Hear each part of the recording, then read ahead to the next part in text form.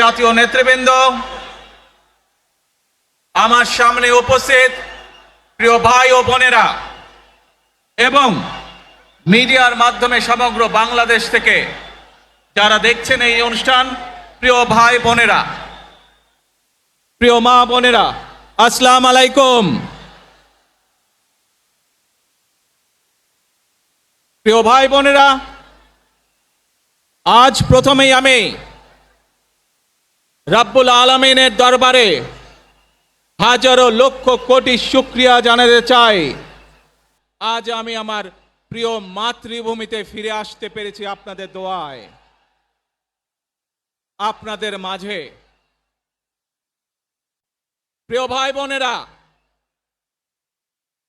আমাদের এই প্রিয় মাতৃভূমি 1971 সালে লাখো শহীদের রক্তের বিনিময়ে অর্জিত হয়েছিল। ঠিক একইভাবে 75-এ আবার 7ই নভেম্বর আধিপত্যবাদীদের হাত থেকে রক্ষার জন্য সেদিন সিপাহী জনতার বিপ্লবের মাধ্যমে আধিপত্যবাদের হাত থেকে দেশকে রক্ষা করা হয়েছিল। একইভাবে পরবর্তীতে 90-এ স্বৈরাচারের বিরুদ্ধে এদেশের জনগণ, এদেশের খেটে খাওয়া মানুষ তাদের গণতান্ত্রিক অধিকারকে ছিনিয়ে এনেছিল।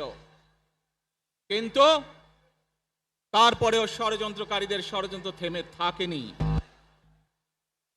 আমরা তারপর দেখেছি 2024 সালে, 71 সালে এই দেশের মানুষ যেমন স্বাধীনতা অর্জন করেছিল, 2024 সালে এদেশের ছাত্র জনতা সহ সর্বস্তরের মানুষ, কৃষক, শ্রমিক, গৃহবধূ, নারী, পুরুষ, মাদ্রাসার ছাত্র সহ দলমত নির্বিশেষে, শ্রেণী পেশা নির্বিশেষে সকল মানুষ সেদিন 2024 সালের 5ই আগস্ট এই দেশের স্বাধীনতা এবং সার্বভৌমত্বকে রক্ষা করেছিল।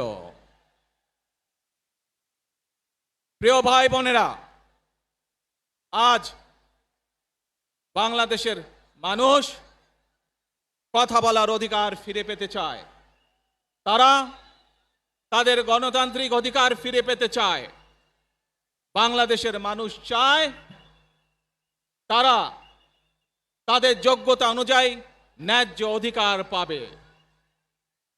প্রিয় ভাই বোনেরা, আজ আমাদের সময় এসেছে সকলে মিলে দেশ গড়ার। এই দেশে যেমন পাহাড়ের মানুষ আছে, এই দেশে একইভাবে সমতলের মানুষ আছে। এই দেশে মুসলমান, বৌদ্ধ, খ্রিস্টান, হিন্দু সহ বিভিন্ন ধর্মের মানুষ বসবাস করে। আমরা চাই সকলে মিলে এমন একটি বাংলাদেশ গড়ে তুলব আমরা, যেই বাংলাদেশের স্বপ্ন একজন মা দেখেন, অর্থাৎ একটি নিরাপদ বাংলাদেশ আমরা গড়ে তুলতে চাই। যে বাংলাদেশে একজন নারী, একজন পুরুষ, একজন শিশু যেই হোক না কেন নিরাপদে ঘর থেকে বের হলে নিরাপদে ইনশাআল্লাহ ঘরে আবার ফিরে আসতে পারে। প্রিয় ভাই বোনেরা, এই দেশের জনসংখ্যার অর্ধেক নারী, 4 কোটিরও বেশি তরুণ প্রজন্মের সদস্য, 5 কোটির মতন শিশু, 40 লক্ষের মতন প্রতিবন্ধী মানুষ রয়েছেন, কয়েক কোটি কৃষক, শ্রমিক রয়েছেন। এই মানুষগুলোর একটি প্রত্যাশা আছে এই রাষ্ট্রের কাছে, এই মানুষগুলোর একটি আকাঙ্ক্ষা আছে এই দেশের কাছে। আজ আমরা সকলে যদি ঐক্যবদ্ধ হই, আজ আমরা যদি সকলে প্রতিজ্ঞাবদ্ধ হই, তাহলে আমরা এই লক্ষ কোটি মানুষের সেই প্রত্যাশাগুলো পূরণ করতে পারি ইনশাআল্লাহ। প্রিয় ভাই বোনেরা, 71 সালে আমাদের শহীদরা নিজের জীবন উৎসর্গ করেছিলেন এই রকম একটি বাংলাদেশ গঠনের জন্য। বিগত 15 বছর স্বৈরাচারের বিরুদ্ধে শত শত হাজারো গুম খুনের শিকার হয়েছে শুধু রাজনৈতিক দলের সদস্য নয়, নিরীহ মানুষের প্রতিবাদ করতে গিয়ে অত্যাচার নির্যাতনের শিকার হয়েছে, জীবন দিয়েছে। 2024 সাল মাত্র সেদিনের ঘটনা। কিভাবে আমরা দেখেছি আমাদের তরুণ প্রজন্মের সদস্যরা কিভাবে নিজের জীবন উৎসর্গ করেছে দেশের এই স্বাধীনতা এবং সার্বভৌমত্বকে রক্ষা করার জন্য। প্রিয় ভাই বোনেরা, কয়েকদিন আগে এই বাংলাদেশের 24-এর আন্দোলনের এক সাহসী প্রজন্মের এক সাহসী সদস্য ওসমান হাদিকে হত্যা করা হয়েছে। ওসমান হাদি শহীদ হয়েছে। প্রিয় ভাই বোনেরা, ওসমান হাদি চেয়েছিল এই দেশের মানুষের জন্য গণতন্ত্র প্রতিষ্ঠিত হোক, এই দেশের মানুষের গণতান্ত্রিক অধিকার প্রতিষ্ঠিত হোক, এই দেশের মানুষ তাদের গণতান্ত্রিক এবং অর্থনৈতিক অধিকার ফিরে পাক।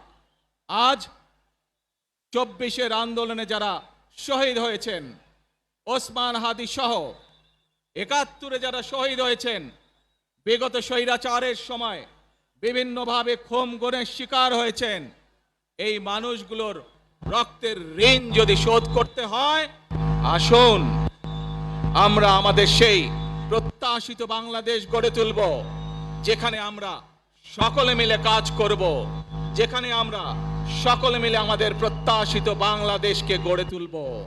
প্রিয় ভাই বোনেরা, বিভিন্ন